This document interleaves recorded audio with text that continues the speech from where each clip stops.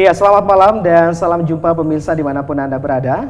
Bahagia rasanya kembali kami hadir menjumpai Anda dalam program acara Ranah Publik. Dan kali ini dalam segmentase bedah karakter, dan di episode kali ini kita akan mencoba membedah sebuah buku karangan terbaru dari salah seorang penulis lokal Sulawesi Tenggara pastinya. Ini sebuah buku yang berjudul Surat Cinta untuk Tuhan. Ini sebuah kumpulan tulisan refleksi diri. Ini karangan dari Bapak Al-Basit. Nah, kebetulan pada malam hari ini di studio kita sudah menghadirkan penulisnya, yaitu Bapak Al-Basit. Selamat malam, Al-Basit. Selamat.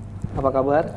Sehat, baik. Sehat ya. Dan sampai saat ini setengah mempromosikan buku terbarunya. Iya, ini sudah hari kelima mungkin saya tiba dari Jakarta di 5 hari.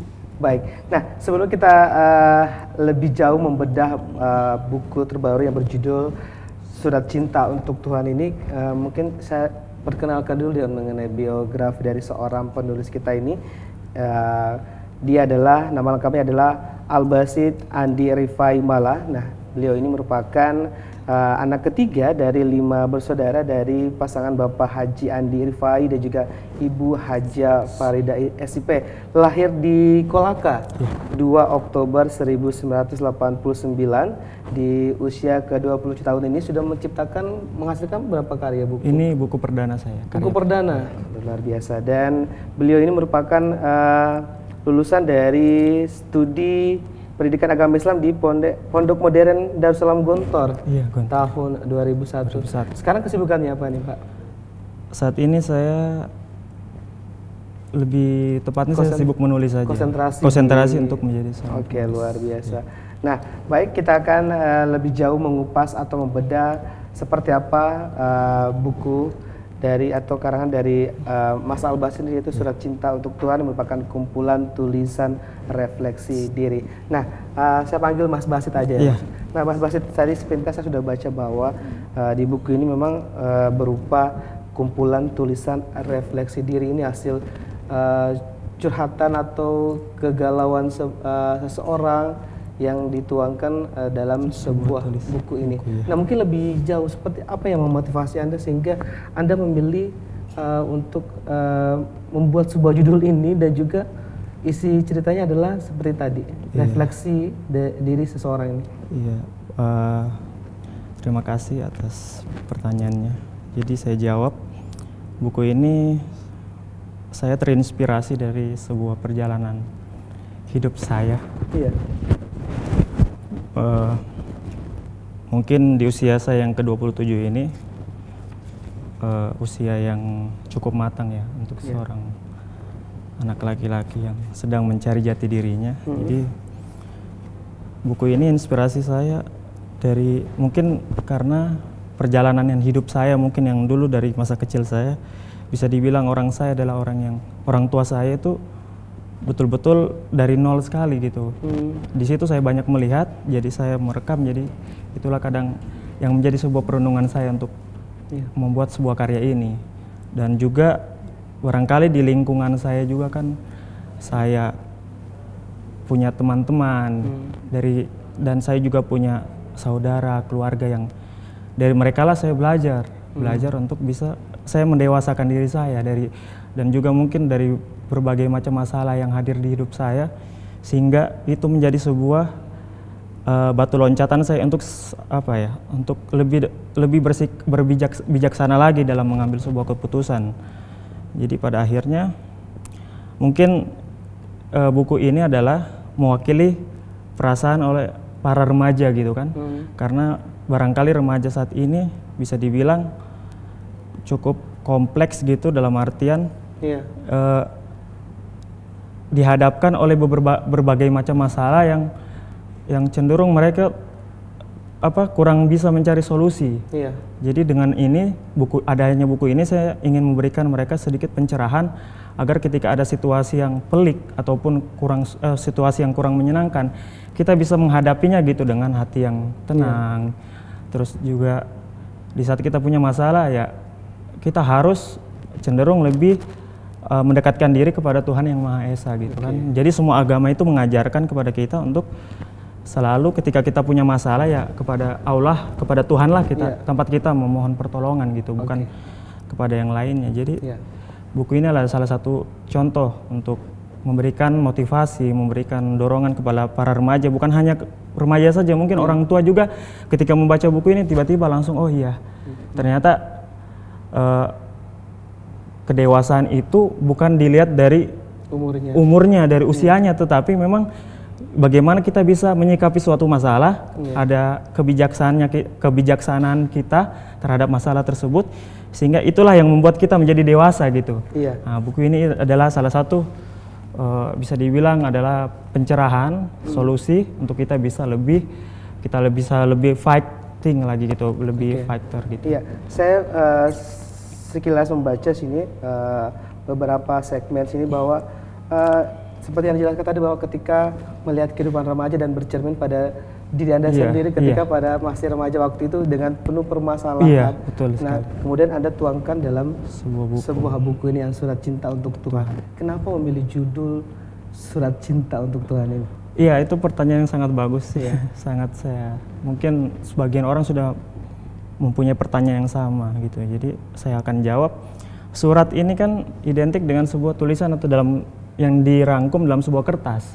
Tapi di sini kalau kita kiaskan itu surat itu bisa kita adalah bahasa yang kalau kita seorang penyair ataupun kalau biasa itu kalau di sastra ya, bahasa sastranya itu bisa diartikan surat adalah curahan. Jadi curahan hati seorang hamba kepada Tuhannya gitu. Ketika dia punya masalah, hal apa yang harus kita lakukan gitu. Jadi satu-satunya jalan kita meminta, kita mendoa. Kita yang butuh kepada Tuhan, jadi kita harus meminta. Di sini adalah isinya sebenarnya itu surat cinta itu isinya adalah puisi. Puisi bagaimana kita bisa merefleksi diri kita mengukur dirinya kita di hadapan Tuhan. Tulisan refleksi diri. Apakah ini memang semua kumpulan-kumpulan keluhan saja atau tidak? Sebenarnya bukan sebuah keluhan, tapi ini adalah cerita yang memang ini kan ceritanya true story, real gitu. Ceritanya memang dari kisah nyata yang saya bilang tadi kan, dari mungkin pengalaman pribadi saya, mungkin pernah mengalami kegagalan. Saya di sini juga saya angkat kisah saya selama di pesantren. Bagaimana dulu waktu perjuangan bapak saya itu, bapak membawa saya ke pesantren, meyakinkan saya bahwasanya ini tempat kamu sekolah ini adalah sebagai tempat untuk kamu belajar mandiri. Tempat kamu, wadah kamu untuk nanti lebih baik lagi ke depan ketika kamu berkecimpung di masyarakat, kamu sudah bisa memilih dan memilah mana yang baik dan mana yang kurang baik untuk kamu bisa jadikan pedoman gitu untuk bisa menjalani hidup. Baik, luar biasa. Nah, Mas Basit, untuk menyelesaikan sebuah buku ini berapa waktu lama yang dibutuhkan? Jadi awal saya menulis itu Januari, baru-baru 2 bulan yang kemarin ya. 2017 ini? Iya, Januari 2017 saya memulai menulis. Tapi inspirasinya itu dari setahun 2 tahun yang lalu. Ide itu sudah tersimpan semua di dalam otak saya, di kepala saya. Jadi waktu yang tepat untuk saya menuangkannya itu pada saat Januari itu. Jadi Januari itu kebetulan di Kendari ini kemarin ada kegiatan Uriting Camp.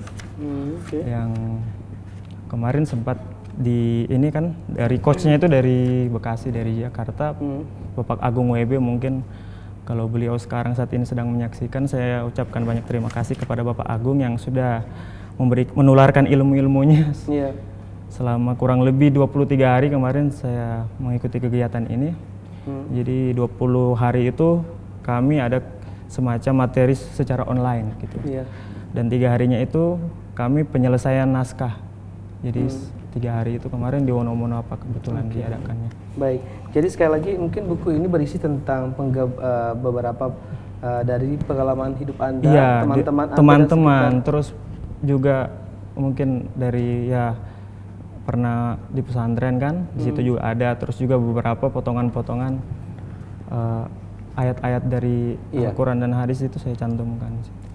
Kalau saya sempat tadi buka-buka isi buku ini bahwa ketika Anda memilih judul Surat Cinta untuk Tuhan, dan Tuhan itu mungkin juga membalas surat tersebut dalam bentuk firman-firman-Nya. Nah, Anda kemudian selipkan di dalam buku ini. Nah, jadi pertanyaan, adakah spesifikasi bahwa untuk kemana arah buku ini, pendalaman agama kepada seperti apa nih? Nah, jadi buku ini atau kan verbal kah, mungkin umum? Iya, umum? ini bukunya herbal, Mas. Jadi secara umum bukan hanya, mohon maaf, bukan hanya Islam aja, tetapi yang non Muslim pun, baik agama Kristen, Hindu dan lain-lain itu bisa membaca buku ini, karena buku ini memang yang saya bahasakan itu secara verbal tadi. Iya. Saya bahasakan secara universal. Jadi siapapun bisa membacanya, mulai dari remaja, bahkan orang tua pun, dan semua agama bisa membaca buku ini, karena buku ini sangat betul-betul memberikan banyak pencerahan gitu. Jadi sekali lagi siapapun bisa membaca buku ini, karena sungguhnya buku ini memang sebuah kumpulan motivasi. Ya, motivasi. Baik, kita akan lebih jauh mengupas dan membedah dari buku yang berjudul Surat Cinta Untuk Tuhan ini. Tapi sebelumnya kita mau break dulu. Tetaplah bersama kami di Ranah Publik.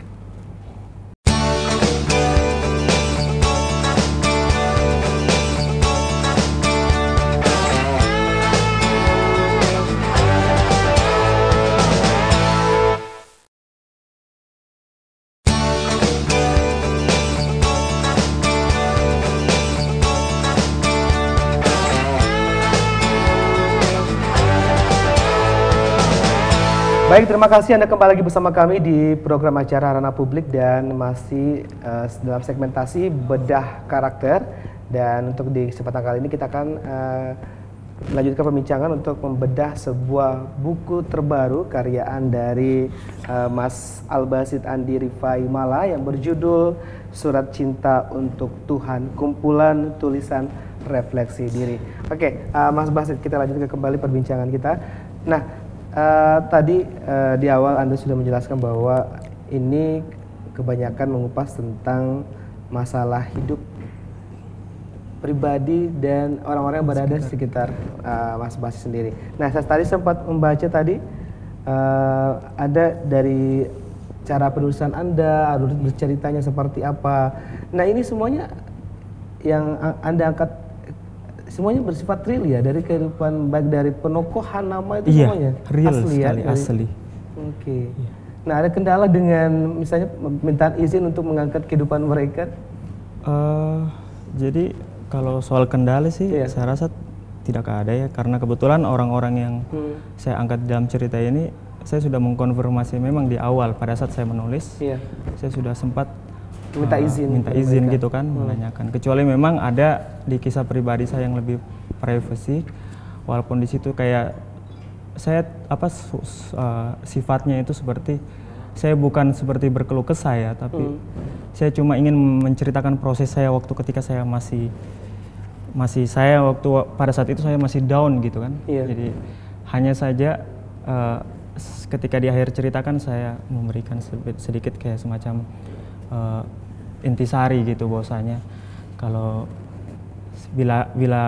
apabila kita ingin berhasil, memang kita itu harus melewati proses-proses yang sangat berat gitu kan. Jadi hasilnya pun pasti akan jauh lebih baik.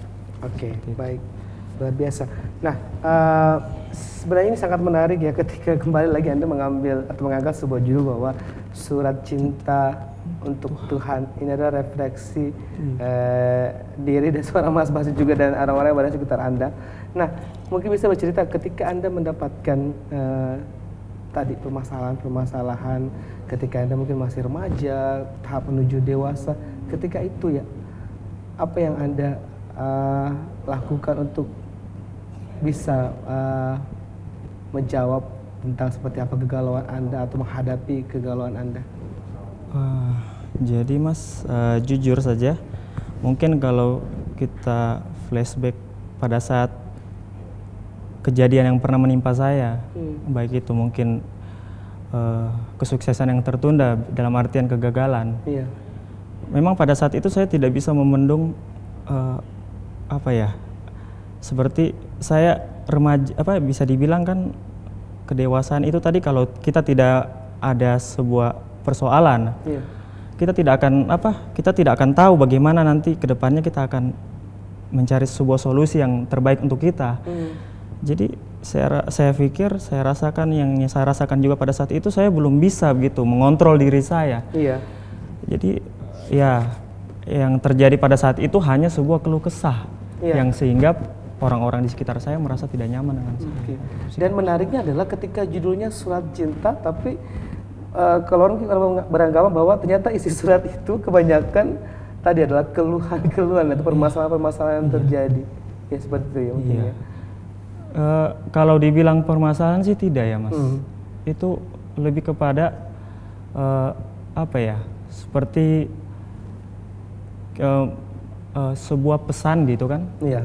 Kalimat atau kalau dibilang kesah enggak Mas. Jadi kayak seperti kita itu lagi meraba-raba diri kita seperti apa. Terus kira-kira selama ini tuh saya bikin salah itu mungkin ya pada saat itu pikiran saya itu masih belum fleksibel, belum mau menerima kenyataan itu. Jadi saya di dalam pikiran saya itu masih ada sifat menyalahkan orang lain. Dan yang paling parahnya lagi tuh Mas, saya dalam hati saya itu saya menyalahkan Tuhan. Saya menghakimi Tuhan bahwasanya Tuhan itu tidak adil untuk hidup saya gitu. Tapi di balik itu semua ternyata ada maksud.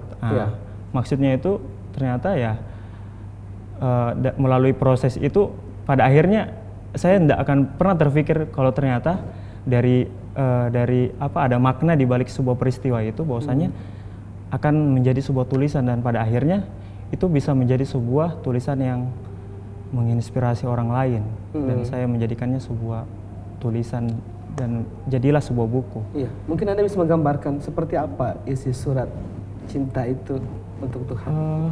Saya tidak bisa menjelaskan secara Mas. Jadi karena nanti kalau seandainya saya menjelaskan sama saja kan saya intinya apa yang pesan apa yang ingin disampaikan dalam sebuah surat cinta jadi pesannya itu adalah bahwasanya kita ketika kita punya masalah atau persoalan, tiada tempat yang paling indah, tiada tempat yang paling istilahnya syahdu sebenarnya khusyuk gitu. Selain kita memang menenangkan diri kita di atas sejadah gitu. Mungkin agama lain mungkin dengan caranya masing-masing. Kita mungkin dengan mengambil air wudhu, terus kita sholat, terus kita minta yang terbaik. Jadi setiap apapun yang kita lakukan itu kita harus berserah diri.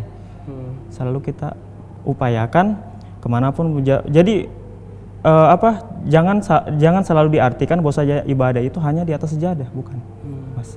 Jadi ibadah itu bisa kita lakukan ketika kita mau kemanapun, itu kan ibadah juga. Mas mau kesini itu juga ibadah. Tujuannya apa? Buat cari nafkah. Buat menafkahi siapa? Saya tidak tahu, Mas. Apakah sudah berkeluarga atau tidak? Jadi ibadah itu pengertiannya luas. Iya. Jadi bukan hanya di atas sejadah. Yang saya maksudkan itu seperti itu. Jadi surat cinta ini upayakan ketika kita punya ada suatu permintaan, curahan hatinya kita kepada Tuhan, jangan hanya di saat kita punya masalah. Nah, ini harus yang pemirsa harus tahu gitu kan. Jangan selalu pada saat kita punya masalah yang berat ataupun baru kita mau datang gitu meminta gitu kan, kebanyakan yang seperti itu. Jadi sampai mereka menuangkan dalam sebuah surat tulisan-tulisan hingga berbagai macam permasalahan dihadapinya. Nah, jadi bisa dikatakan bahwa surat yang dimaksud adalah ketika kita lagi senang ataupun duka. Lagi sedih, tetap selalu yang di atas. Walaupun memang kan kita ini tidak terlepas dari orang tua dan saudara. Tapi orang tua dan saudara kan hanya cuma memberikan pandangan saja. Tapi yang memberikan solusi ini hanya Tuhan. Baik, luar biasa. Nah,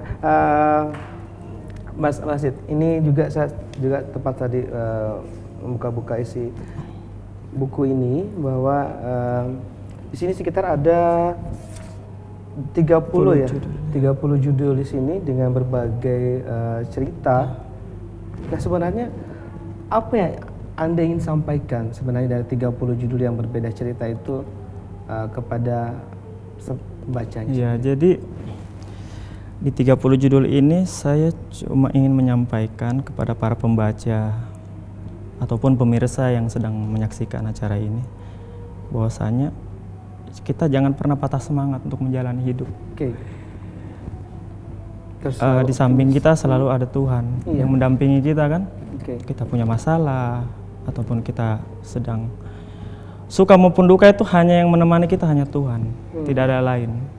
Mungkin orang tua kelak akan meninggalkan kita, Iya. Saudara pun atau mungkin sahabat yang kita anggap itu sudah seperti saudara pun nanti kelak dia akan meninggalkan kita. Tapi cuman satu yang tidak akan pernah meninggalkan kita, hanya Tuhan. Di saat kita berserah, kita mau keluarkan apa ya? Terserah kita mau menangis, mau apapun, sama Allah dia jauh lebih menenangkan gitu daripada kita harus menulis di sosial media.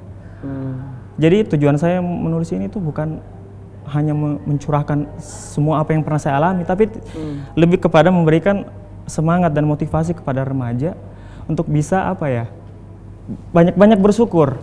Ya banyak-banyak bersyukur, jangan pernah merasa diri kita itu paling banyak masalah. Ketika kita bertemu orang yang punya masalah lebih berat, kita pasti di situ ada di hati kecil kita berkata, oh ternyata saya itu tidak seberuntung teman saya jauh lebih berat masalahnya. Nah itulah sebenarnya konteks bersyukur itu seperti itu. Jangan pernah sekali-kali mengukur kita ini yang paling berat masalahnya. Oke, baik, luar biasa. Ini sangat punya efek sekali ya bagi perbaikan mungkin moral juga atau akhlak dari pembaca sendiri. Nah, sebenarnya Anda punya sasaran tidak kepada siapa Anda tujukan buku ini? Ya, tadi kan yang seperti pertanyaan awalnya Mas tadi sempat menanyakan bahwa ini buku ini apakah hanya di kalangan tertentu atau mungkin mohon maaf yang hanya muslim saja, tidak. Tadi yang saya bilang kan ini kan dari segi semuanya usia begitu, usia spesifik remaja, remaja sampai orang tua pun semuanya sangat bagus.